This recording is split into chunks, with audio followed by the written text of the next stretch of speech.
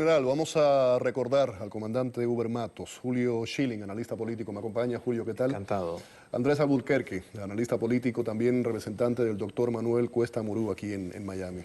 Andrés, qué bueno que estás aquí. ¿Cómo lo recordamos? ¿Cómo recuerdan ustedes, cada uno de ustedes, a Uber Matos y su importancia política? El reportaje decía algo que yo no comparto. Dice que fue uno de los grandes líderes del exilio. Yo creo que él fue un gran líder, sobre todo cuando estuvo tras las rejas. Perdió mucha de esa dimensión al salir y ese es mi punto de vista. No sé si ustedes lo comparten. Primero, Uber Matos es la figura emblemática de esa Cuba que fue traicionada por lo que en efecto fue un golpe ideológico, un golpe de Estado ideológico. Fue un hombre que nunca fue marxista-leninista, siempre lo dijo que no lo era. Es que el combate contra la dictadura de Fulgencio Batista no se pronunció comunista, y Cuba en ese sentido es un caso, es una anomalía, porque realmente fue un gran engaño lo que después resultó a los 2 años la comunización de Cuba. Y Uber Matos pues es la figura que dijo no, a pesar de ser de un hombre de centro izquierda. ¿Compartes lo que dije, que le hizo más daño al castrismo dentro de la cárcel que fuera en el exilio? No sé si ustedes lo comparten. En parte sí. Uber Matos, para mí, yo lo veo como una persona muy válida, incluso ya dentro del exilio. Su permanencia y su verticalidad durante el tiempo de la prisión, el hecho de no rendirse, no venderse, sirvió mucho para mellar en lo posible la dictadura de Castro. Pienso que como todo ser humano tiene su lado oscuro y que pienso que él, no sé por qué motivo, no lo supo enfrentar con la transparencia necesaria o con la humildad necesaria, y me refiero, tengo que decirlo, a los casos de los presuntos fusilamientos que él protagonizó en Camagüey. Se dice, pero bueno, él podía haberlo manejado de modo más abierto, de modo más transparente. Siempre lo evitó. Y lo evitó con una cierta arrogancia, y me duele decirlo porque yo pienso que es un hombre de gran valor, un hombre extremadamente religioso, un hombre valiente. Muy valiente, un gran estratega, y es una lástima, pero las personas no somos perfectas. Yo pienso que todo sumado, teniendo en cuenta su lado oscuro de todas maneras, es una pérdida para nosotros, y pienso que el exilio, aunque él no fuera de los más destacados o el más destacado, de todas maneras pierde cuando él ya no está. Julio. Curiosamente, Félix, el grupo de que él en 1980 pues funda, Cuba Independiente y Democrática, dentro de Cuba, yo te diría que tal vez tiene una repercusión aún más visible, proporcionalmente hablando.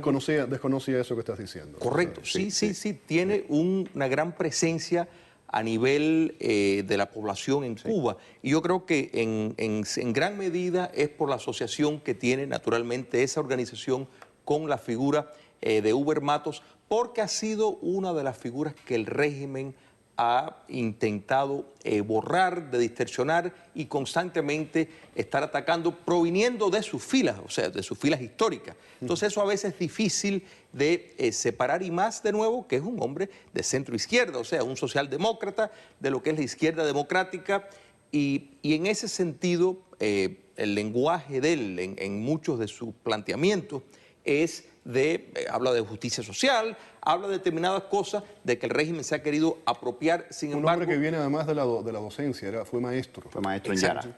Él es de Yara, de la zona de la de Majagua, en la provincia de Oriente, ahora Granma. Es una pérdida, y de nuevo creo que en su momento, yo la otra noche estaba viendo por la noche un canal de cable, y surge una película que han hecho ahora sobre la historia de la revolución. Hay muchas cosas que no comparto, falta mucha información, pero de nuevo surge la figura de Uber Matos como un hombre que tenía una serie de ideales, y que se ve claramente en esa película, que diría que es de un corte izquierdista la película, pero plantean claramente que es un hombre con una serie de ideales que Fidel Castro, Raúl Castro, el Che Guevara y una serie de personas rompen precisamente con toda esa línea que había de hacer una revolución nacionalista, ¿no? Que era en un principio lo que querían hacer. Y en el sentido de la lucha contra el régimen de Batista en la Sierra Maestra, la presencia de Uber Matos fue fundamental en el suministro de armas, precisamente en un momento en que la guerrilla estaba debilitada, y en cuanto a su posición de combate, que de nuevo, más bien fue una cuestión de escaramuza lo que hubo en esa contienda. Sin embargo, Uber Matos tuvo un papel bastante bravo en esa campaña de guerrilla contra Batista. Ahora que hablabas del CID, Cuba Independiente y Democrática, no sé si eso seguía actualmente, pero durante una época hacían transmisiones de radio hacia Cuba también. Cuba ¿no? Independiente No sé y si Democrática, sí. continuaba Yo la esto. oía en Cuba, no sé últimamente, pero yo cuando estaba en Cuba a veces la oía. Hacían esas transmisiones. ¿Alguien quiere hablarme un poco de la relación de Uber Matos con Camilo Cienfuegos? Bueno, yo me entrevisté con él personalmente cuando no vivía en Estados Unidos. Una vez vine y un amigo me llevó y me entrevisté con él. Si bien digo que por el lado de aquellos presuntos fusilamientos, digo presuntos porque en este país la gente es inocente hasta que se le pruebe la culpa. Si bien por esa parte él no fue lo suficientemente transparente, yo creo que tuvo una gran honestidad intelectual e histórica cuando yo le pregunté por Camilo Cienfuegos. No sé después los años que habrán hecho con su cerebro, pero él me dijo, yo no tengo prueba de que lo hayan asesinado porque yo estaba preso A mí me dijo lo mismo. cuando él desapareció. A mí me dijo lo mismo. Yo no tengo la prueba, pero me dijo verde con punta guanábana. Es decir, Camilo me ofreció que yo me echara la culpa y rescatarme. Y Camilo me dijo que jamás iría contra Fidel. Una persona que tiene mala voluntad hubiera dicho una mentira, claro. Eran dos los que estaban presentes, uno estaba muerto. Sin embargo, él siempre mantuvo ese apego al rigor histórico y es una de las tantas cosas que le celebro. Sí, Julio. Yo tuve el privilegio hace unos meses, porque el cumpleaños de él es en noviembre, pero unos amigos me invitaron a... Acababa de cumplir los 95 años. Correcto, en su casa, par de meses antes, porque había algunas personas de Cuba, y entonces, bueno, el CID en su casa tuvo una reunión y fue un invitado, y él, pues, una exposición muy clara, a pesar de su edad. Y la figura, sí queda claro para él que Camilo Cienfuegos no simpatizaba con lo que estaba ocurriendo, el viraje que estaba dando la revolución, lo que iba a ser la revolución cubana se estaba convirtiendo en la revolución castrocomunista, y que Camilo Cienfuegos también estaba, en cierto sentido, molesto con ese viraje.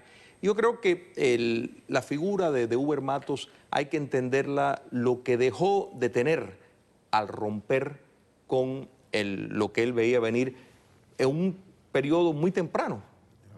En otras palabras, lo hizo él en octubre del mismo año que toman el poder, ya es apresado y no claudicó, no negoció, mantuvo una posición. Y yo creo que eso hay que respetarlo. Un hombre con una posición vertical, lo que yo vida. decía anteriormente, y muy inteligente y además de eso muy valiente, lo comentábamos anteriormente. El tema del exilio, como líder del exilio, ¿cómo lo ven? Yo creo que precisamente estos casos de los fusilamientos, todas estas cosas crearon una animadversión en algunos sectores del exilio.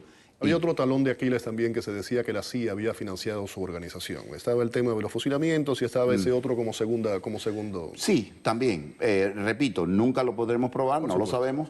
Claro, a mí me es fácil hablar porque no me fusilaron a ningún pariente. Comprendo el dolor de quien se vio involucrado en una situación, como comprendo el dolor de su viuda ahora. Por supuesto, es decir, yo pienso que después de tantos años, el calvario que sufrió en la cárcel, y su postura vertical dentro de la cárcel y después su intento de seguir en el exilio denunciando a Castro, nunca dejó de denunciarlo, en cierta medida exime excesos que pudo haber cometido y hay que entender, sin justificar, que esos excesos fueron por la embriaguez que creó ese momento revolucionario donde muchas personas de cerebro preclaro se dejaron llevar por la onda de Fidel Castro, por la propaganda, por Herbert Matthews en New York Times. Todo se confabulaba para romper los esquemas del respeto a la dignidad del ser humano y evitar los juicios sumarísimos y los fusilamientos que ocurrieron. Si fuéramos a hablar de un legado político, ¿cuál sería? Bueno, yo creo que el legado político, de nuevo, es ser la figura que representa el propósito original de esa lucha contra Batista, que fue traicionada por el golpe de Estado ideológico, y posteriormente el impacto que el CID sigue teniendo dentro de Cuba a nivel de movimiento político-social. Sí, cuéntanos un poco, que también esto coincide con esta propuesta unitaria que se está hablando dentro de Cuba. Me gustaría que elaboraras un poco y además coincide con esta desaparición, ¿no? Sí, la historia está llena de ironías y de coincidencias. Si recuerdas, la semana pasada yo vine a anunciar que había esta iniciativa de la consulta constitucional, se mantiene. Precisamente Cuesta Morúa, uno de los mayores precursores de esto, no puede estar en España porque tiene una medida cautelar puesta por el régimen. Y parece que los acontecimientos, no sé si los compatriotas se habrán entusiasmado a la luz de lo de Venezuela, pero los acontecimientos en Cuba se han ido desatando mucho más rápido de lo que muchos de nosotros pensábamos. Y ya por primera vez se habla de una cierta unidad, de un poquito menos de protagonismos separados, radicales libres que tiran cada cual por su lado, y ves que hay unos nombres que están hablando de una plataforma unificada para lograr un objetivo, cuestionarse el poder incontestable e incuestionable del Partido Comunista y de la familia Castro. Aquellos que no vieron el programa el otro día que estuviste explicándonos la propuesta exactamente. La propuesta concreta es hacer una consulta constitucional en la cual... Usando la Constitución cubana y las leyes cubanas. Usando el concepto de que lo más importante para una Cuba, como quiera que sea, es el Estado de Derecho. Ahora, si se quiere volver a la del 40, si se quiere modificar la del 76, que después se modificó en el 2000, si se quiere crear una nueva, en el debate se... Ahora, lo que tiene que estar todo el mundo de acuerdo es que ningún país serio puede salir de un hueco tan enorme como el que está Cuba sin un Estado de Derecho que garantice el derecho a la propiedad privada, los derechos humanos, el derecho de la palabra, el derecho de reunión. Esto es un paso fundamental porque hasta ahora decíamos, abajo Fidel, abajo el comunismo, pero bueno, ¿y el marco? Porque traemos a otro, y yo jocosamente, discutiendo con Cuesta Morúa, decíamos, se trata de definir qué camisa de fuerza vamos a tener y después buscamos al loco. Porque hasta ahora hemos tenido a un loco y se le ha creado una camisa de fuerza a su imagen y semejanza. No funciona. Claro. Hay que tener la camisa de fuerza primero, entiéndase camisa de fuerza como un marco legal que tenemos todos los países serios, y después veremos quién es el loco. Eso es irrelevante comparado con el marco jurídico que tiene que haber. Suena muy bonito dicho aquí, habrá que ver el debate de los compatriotas que se va a hacer dentro de Cuba y fuera de Cuba. Hay que ver qué arroja este debate y si nos queda todavía un poquito de entusiasmo después de tantas promesas incumplidas y tantos sueños destrozados, si nos queda un poquitico de esperanza para seguir luchando. ¿El rechazo o el no del régimen? El régimen podrá hacer lo que quiera, pero una de las cosas que se va a discutir es cómo planteárselo al régimen. Es decir, está todo en discusión. ¿Qué marco jurídico? Una vez que se logra la decisión, bueno, ¿cómo se le plantea al régimen? ¿Se lleva una firma a un cierto lugar o mientras se llevan las firmas se desarrolla una campaña internacional? Hay varias maneras. Los regímenes parece que son infalibles y que tienen todo planeado. Lo estamos viendo en Venezuela, lo vimos en el muro de Berlín. ¿Aprendieron algo de lo que no funcionó del proyecto Varela?